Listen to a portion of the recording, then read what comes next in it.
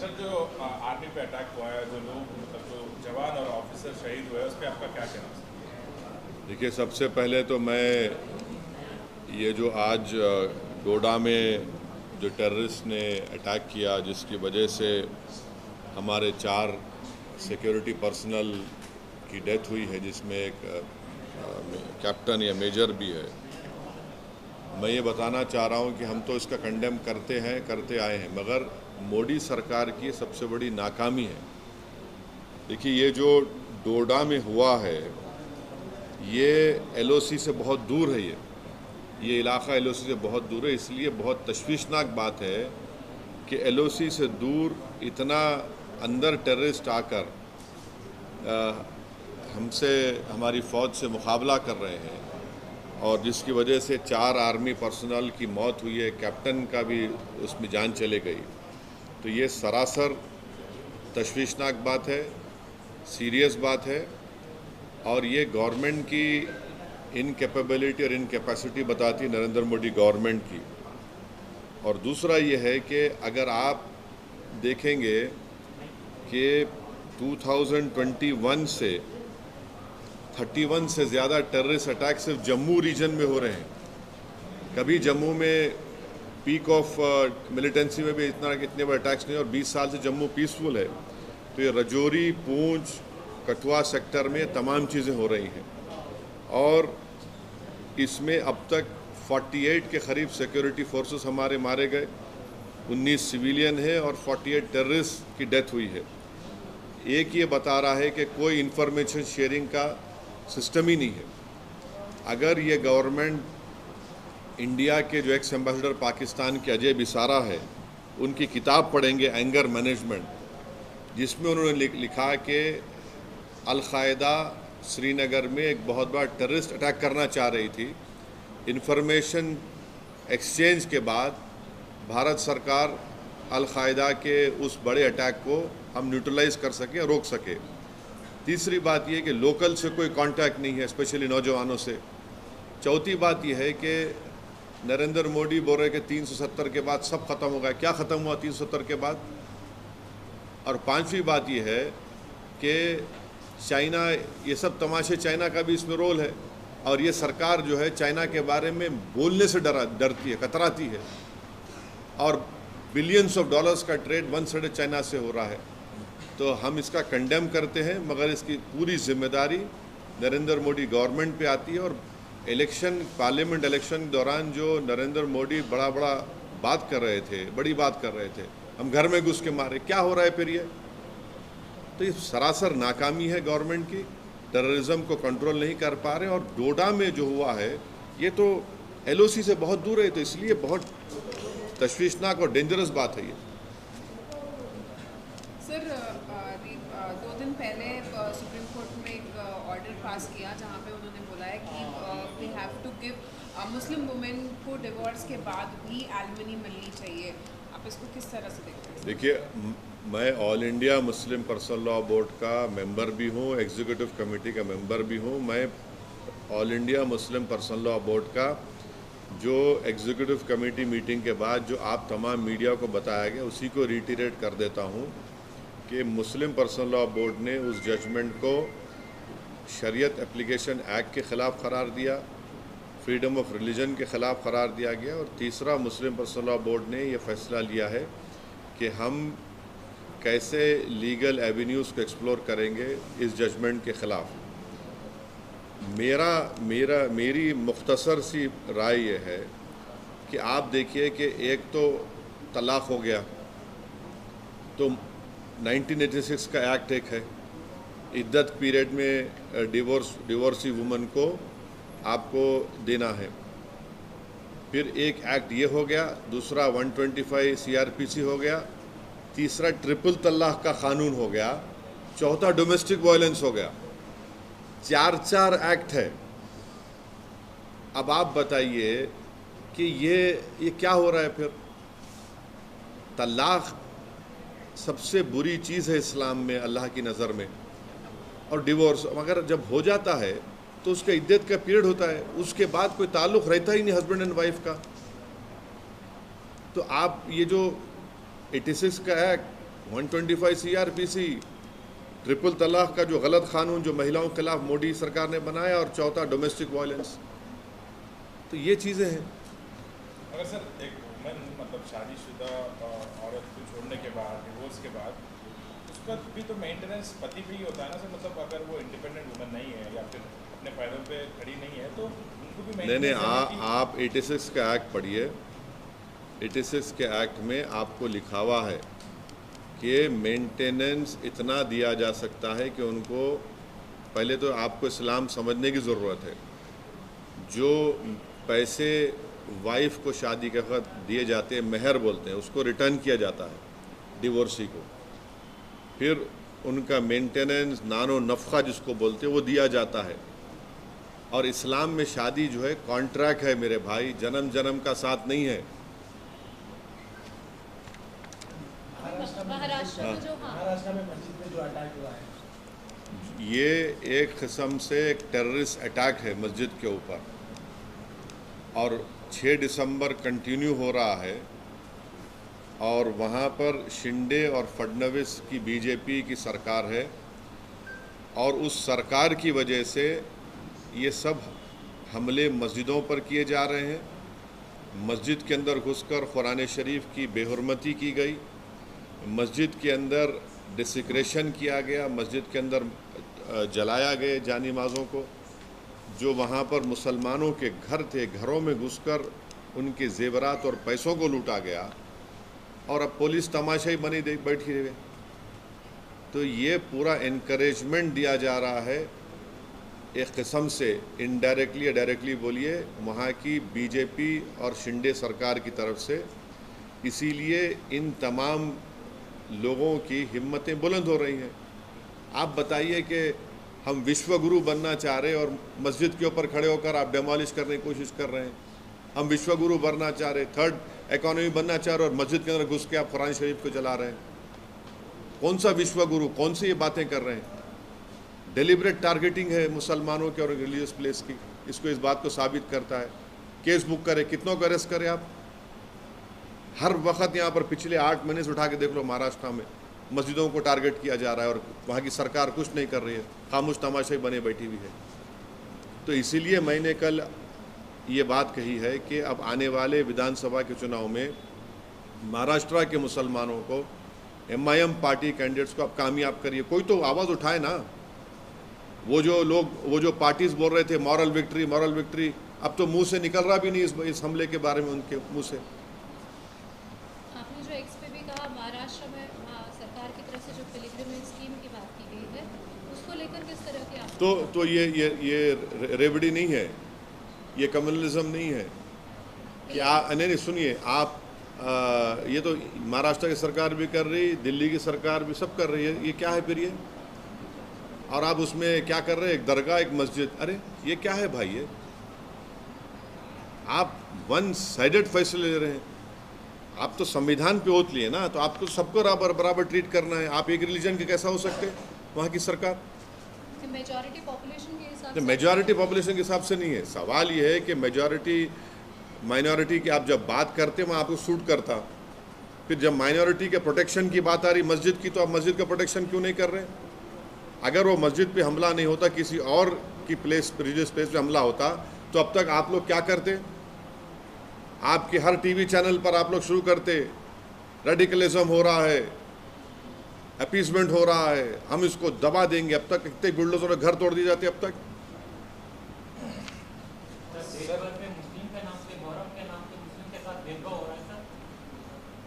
अब ये संभल में मेरे को मालूम हुआ कि ताज़िया जो निकालते थे उसका हाइट कम कर दिए। क्यों कर रहे हैं भाई ये चीज़ें? आप, संभल की रिपोर्ट है, उत्तर प्रदेश संभल है, वहाँ से मेरे को मालूम हुआ। Sir, Jammu Kashmir, the incident happened in Jammu Kashmir on that zone. J&K DGP R.R. Swain says Pakistan successfully infiltrated all important aspects of civil society thanks to so-called mainstream or regional politics in the valley. There is ample evidence to show that many had owned the art of running with the hare and hunting with the horn. What the hell is that Mr. DGP doing over there? He should be ashamed of his this nonsensical statement which he has issued. You have imposed UAPA on the Kashmir Bar Council chairman. Today's attack in Doda, which is very far from LOC, how is it that they have entered so much into Doda? Who's responsible for this? He's trying to cover up his incapacity, his mistakes, his failure. Simple as that. But This is very dangerous. We have recently held Lok Sabha elections, and the polling percentage was very high. Everyone praised it, and now the DGP is saying something else. Are you trying to say that all these Lok Sabha elections are rigged? What is he trying to say? Since 20 years, Jammu has been free, but now since 2021, more than nearly 50 security personnel have been killed, 19 civilians have been killed. Recently, 10 pilgrims who went to a temple, they were assassinated by these terrorists. Where is your information network? Why are the locals not helping you? Why are you not taking the youth into confidence? Why is this government not talking about China? Why is this government not talking about sharing information? Mr. Ajay Bisara, in his book Anger Management, had said that information was exchanged. Based on that information, we were able to thwart Al-Qaeda terrorist act in Kashmir. And where is this loud talk of Narendra Modi? We have removed 370, everything is gone. No, it is not gone. This is the failure of Narendra Modi's government. And Mr. DGP should not become a spokesperson for the ruling party. If he intends, he should join BJP. What is your demand on Kolhapur incident, sir? People were seen on the mosque. People were seen on the mosque doing what? Why don't you ask? They were on the mosque trying to damage the masjid, trying to break the domes of the masjid. Those images reminded one of 6 December 1992. Inside the masjid, they went and they have burned the Quran Sharif. They have burned the Jani Mas. They have desecrated a religious place. Adjacent Muslim houses were looted. Money was taken. Jewelry was stolen. What is the police doing? What is this government doing? The Shinde Fadnavis government should take the responsibility because of their approach. They are emboldening such elements.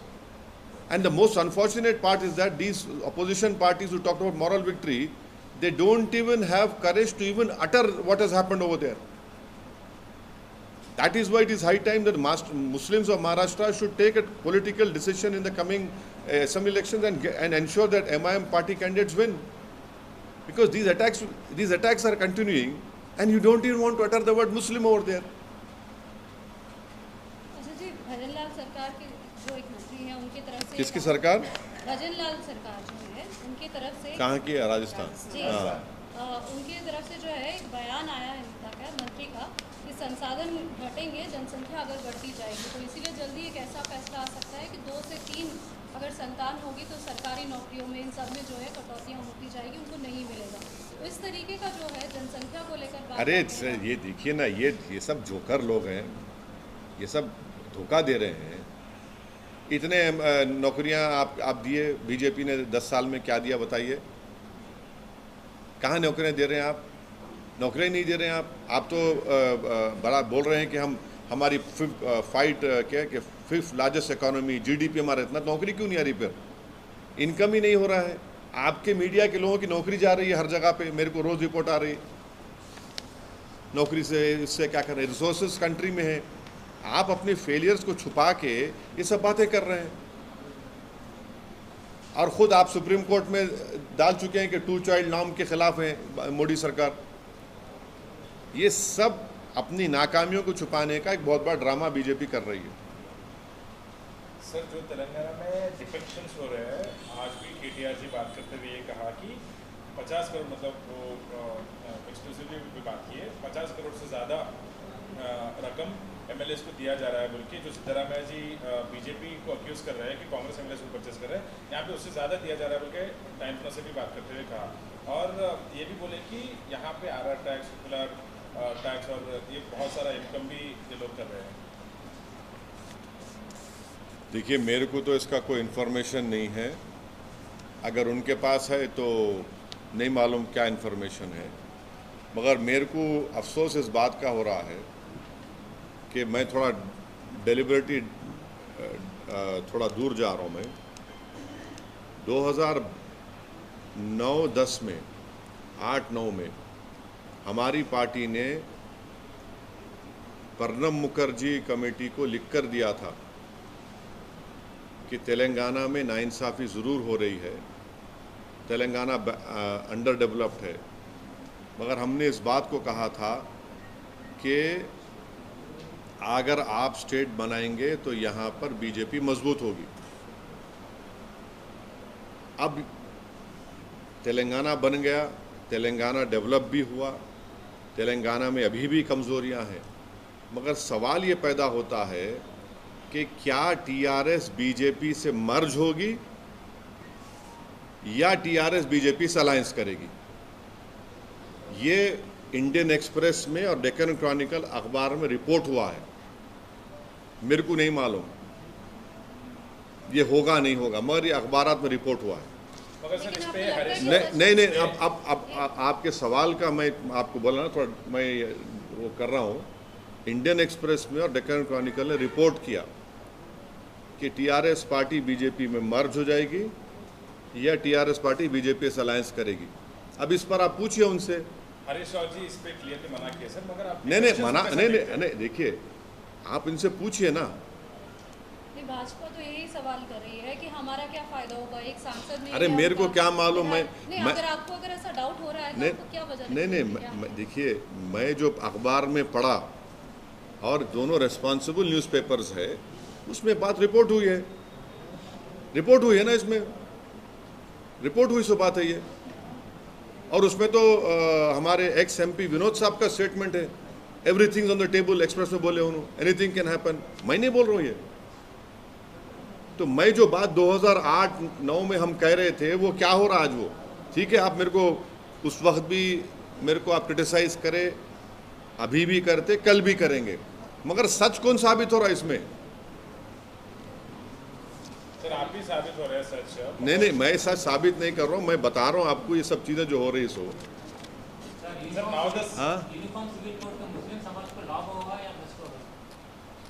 All India Muslim personal law board अपनी recent executive committee की meeting में uniform civil code के खिलाफ हम हैं वो बोला गया है। और यूनिफॉर्म सिविल कोड की बात करने वाले जो BJP Uttarakhand uniform civil code लेकर आई नंबर 1 उस स्टेट में, वो असेंबली में यूनानिमस रेजोल्यूशन से पास हुआ, उसमें कांग्रेस पार्टी भी सपोर्ट करी उसको। ये बात समझो आप लोग बोल रहे नहीं। उत्तराखंड में जो UCC लाया गया वॉइस वोट से यूनानिमसली वहाँ पर कांग्रेस पार्टी और रूलिंग पार्टी बीजेपी ने उसको पास किया। अब वो UCC क्या बोलता है कि मेरा निकाह नहीं हो सकता। अब इस्लाम में शादी तो निकाह से होंगी ना, विटनेस होंगे, मेहर दिया जाता दुल्हन को, आप उसको उड़ा दिए, स्पेशल मैरिज एक्ट में करो बोल रहे आप होते कौन भाई? मेरा फ्रीडम ऑफ रिलीजन है, ये है UCC। और UCC की बात करने वाले हिंदू अनडिवाइडेड टैक्स रिबेट दूसरे रिलीजन को क्यों नहीं मिलता, क्रिश्चियन मुस्लिम्स को? आपको मालूम करीब 1800-1900 करोड़ का टैक्स रिबेट दिया गया उसमें। ये तो राइट टू इक्वालिटी के खिलाफ प्रोविजन है। और उस हमारे मुस्लिम पर्सनल लॉ बोर्ड की मीटिंग में ये भी तय किया गया कि जितने चीफ मिनिस्टर्स हैं नॉन बीजेपी के, उनसे जाकर भी मुलाकात करेंगे और इस सिलसिले में, और पॉलिटिकल अपोजिशन लीडर से भी मिलेंगे नॉन बीजेपी के, उनको जाकर हम रिप्रेजेंटेशन देंगे। तो हो सकता है कि जितने चीफ मिनिस्टर्स हैं हमारे तेलंगाना के हो, आंध्रा के हो, और जो नॉन बीजेपी अपोजिशन लीडर्स हैं, चाहे वो YSRCP के हो या AIADMK के हो, और दूसरे, उनसे मुलाकात करके उनको हम बोलेंगे ये बात के बारे में। सर जी, आप UCC और CAA के बारे में कई बार बोल चुके हैं, लेकिन अभी हाल ही में हेमंत बिस्वा शर्मा ने जो वही तो बोला है मैं। एक मिनट सुन, रुक जाओ, मैं समझ गया। मैं आपको बोल नहीं रहा था कि आसाम में जितने नॉन मुस्लिम्स हैं उनको CAA से सिटीजनशिप दी जाएंगी, और जो 1.5 से 2 लाख जो मुसलमानों का नाम आया आसाम में, उनको फॉरेनर्स ट्रिब्यूनल में केस लड़ना पड़ेगा। मेरी बात मैं बोल रहा था आप लोगों की होने वाला है।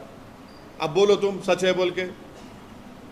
मैं बोल रहा था आप लोग विटनेस है, हमेशा बोल रहा था कि आसाम का CM यही करने वाला है। जितने 20 लाख हमारे हिंदू भाई बहन का नाम नहीं आया, उनको बोल रहे कि फॉरेनर्स ट्रिब्यूनल में रेफर मत करो, CAA सिटीजनशिप दे दो उनको। जो मुसलमान का नाम नहीं आया उसमें क्या करेंगे फिर? नहीं, 8 ही लोग ने अप्लाई किया। आसाम के मुख्यमंत्री का रीसेंट स्टेटमेंट ये है कि जो नॉन मुस्लिम्स का नाम उनके NRC में नहीं आया, जो सुप्रीम कोर्ट मॉनिटर्ड था, उसको फॉरेनर्स ट्रिब्यूनल में रेफर मत करिए, CAA कानून के तहत सिटीजनशिप दे दीजिए। ये उन्होंने कहा ना, ये कहा ना आसाम के CM में। फिर जो मुस्लिम है उन्होंने क्या करना? जो मुस्लिम है उन्होंने क्या करना बताओ? तो ये खुद उनकी नफरत की निशानी है। ये एक्ट, ये काला कानून है CAA का कानून जो मोदी सरकार ने बनाया। ये राइट टू इक्वालिटी के खिलाफ है, ये डिस्क्रिमिनेट करता है रिलीजन को। और इसको कल अगर देश में CAA NPR NRC होगा तो ये सब चीज़ें तैयारी की जा रही है। आसाम की मिसाल ले लो आप। नहीं, लेकिन असद जी एक ये भी वो कह रहे हैं कि जब बाहर जो पड़ोसी मुल्क है वो अगर मुस्लिम डोमिनेंट या फिर मुस्लिम मेजर, तो वो सवाल देखिए, क्या CAA के कानून से पहले जो हिंदू सिख अफ़गानिस्तान में, बांग्लादेश में थे, उनको यहाँ पर नहीं मिल रहा था क्या? सिटीजनशिप नहीं मिल रही थी, लॉन्ग टर्म वीज़ा मिल रहा था। मगर आप रिलीजन की बुनियाद पर एक क़ानून बनाकर कॉन्स्टिट्यूशन के बेसिक स्ट्रक्चर के ख़िलाफ़ आपने क़ानून बनाया। ये सबसे बड़ी गलत बात आपने की। और हेमंत बिस्वा शर्मा ने ये बता दिया कि जो नॉन मुस्लिम है उनको सिटीजनशिप मिलेगी, जो मुसलमानों का नाम सुप्रीम कोर्ट मॉनिटर्ड NRC में आया उनको फॉरेनर्स ट्रिब्यूनल जाकर लड़ना पड़ेगा। ये खुद डिस्क्रिमिनेशन है। क्या आप जानते हैं हर ठंडी दिखने वाली चीज आइसक्रीम नहीं होती? आइसक्रीम और फ्रोजन डेजर्ट में बहुत फर्क होता है। फ्रोजन डेजर्ट को बनाने के लिए वेजिटेबल ऑयल और वनस्पति का इस्तेमाल किया जाता है, और आइसक्रीम को बनाने के लिए रियल मिल्क का इस्तेमाल किया जाता है। रियल मिल्क आइसक्रीम मतलब अमूल आइसक्रीम। क्या आप चाहते हैं कि आपके पार्टी और फंक्शन में आपके मेहमान सिर्फ अमूल आइसक्रीम ही खाएं? या आप एक दुकानदार हैं और आप अपने कस्टमर्स को अमूल आइसक्रीम सेल करना चाहते हैं? तो चले आए यूनिट इंटरप्राइजेस, साउथ इंडिया का सबसे बड़ा अमूल आइसक्रीम डिस्ट्रीब्यूटर। 1000 हो या 1 लाख, हम हैं आपकी खिदमत और दावत के लिए हमेशा तैयार। आज ही तशरीफ लाएं unit enterprises, beside Lifeline Hospital, Chandrayan Gutta, Hyderabad.